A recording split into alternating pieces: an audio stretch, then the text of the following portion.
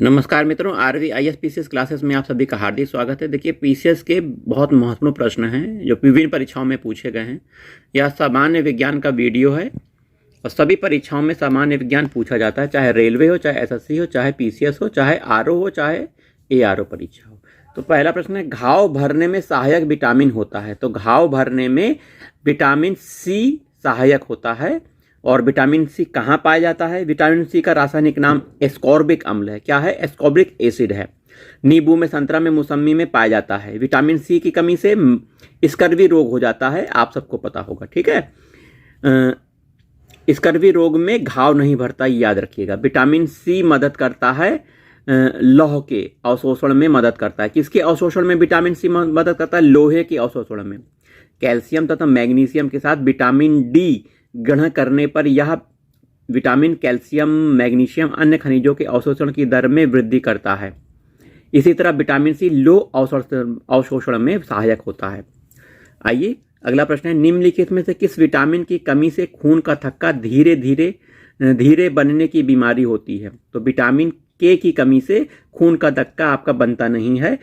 तो विटामिन के की कमी से शरीर में खून का थक्का बनना धीरे हो जाता है। इस विटामिन को रुधिर स्राव रोधी अर्थात एंटी हेमोरेजिक फैक्टर कहते हैं। इसकी कमी वाले व्यक्तियों का ऑपरेशन आसानी से नहीं किया जा सकता, क्योंकि अधिक रुधिर स्राव होने से खून बह जाता है और उसकी मृत्यु भी हो जाती है। रक्त में थक्का बनने में किस विटामिन की आवश्यकता होती है? विटामिन के की आवश्यकता होती है। ठीक है, विटामिन के, देखिए रिपीटेड क्वेश्चन है फिर से। और देखिए, निम्नलिखित में से क्या आंत के जीवाणु द्वारा संश्लेषित किया जाता है? तो विटामिन के आंत के जीवाणु द्वारा संश्लेषण किया जाता है, सिंथेसिस किया जाता है। विटामिन डी का स्रोत क्या है? देखिए, सूर्य की किरणें विटामिन डी का स्रोत हैं। विटामिन डी का स्रोत सूर्य की किरणें हैं। वास्तव में सूर्य की किरणों के द्वारा विटामिन डी का निर्माण हमारी त्वचा कोशिकाओं के द्वारा किया जाता है, जो यहां से निर्मित होकर रुधिर में मुक्त होती हैं।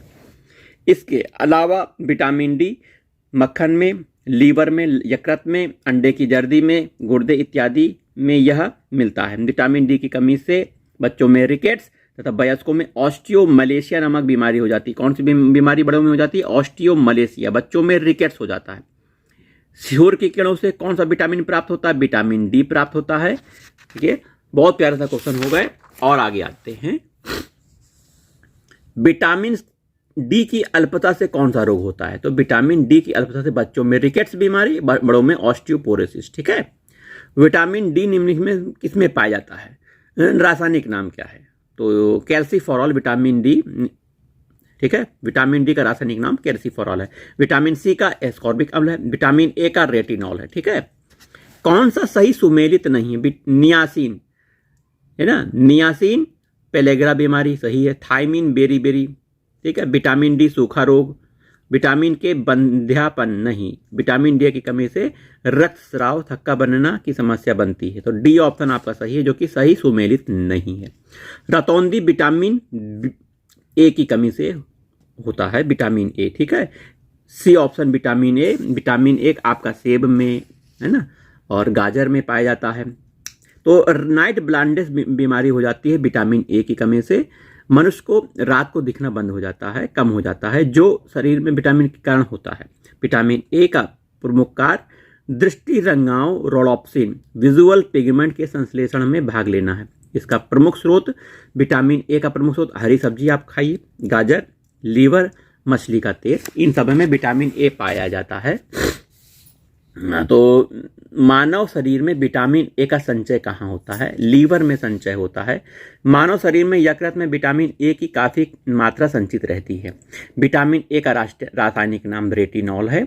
इसकी कमी में शरीर में कौन सी बीमारी होती है? रतौंधी बीमारी हो जाती है।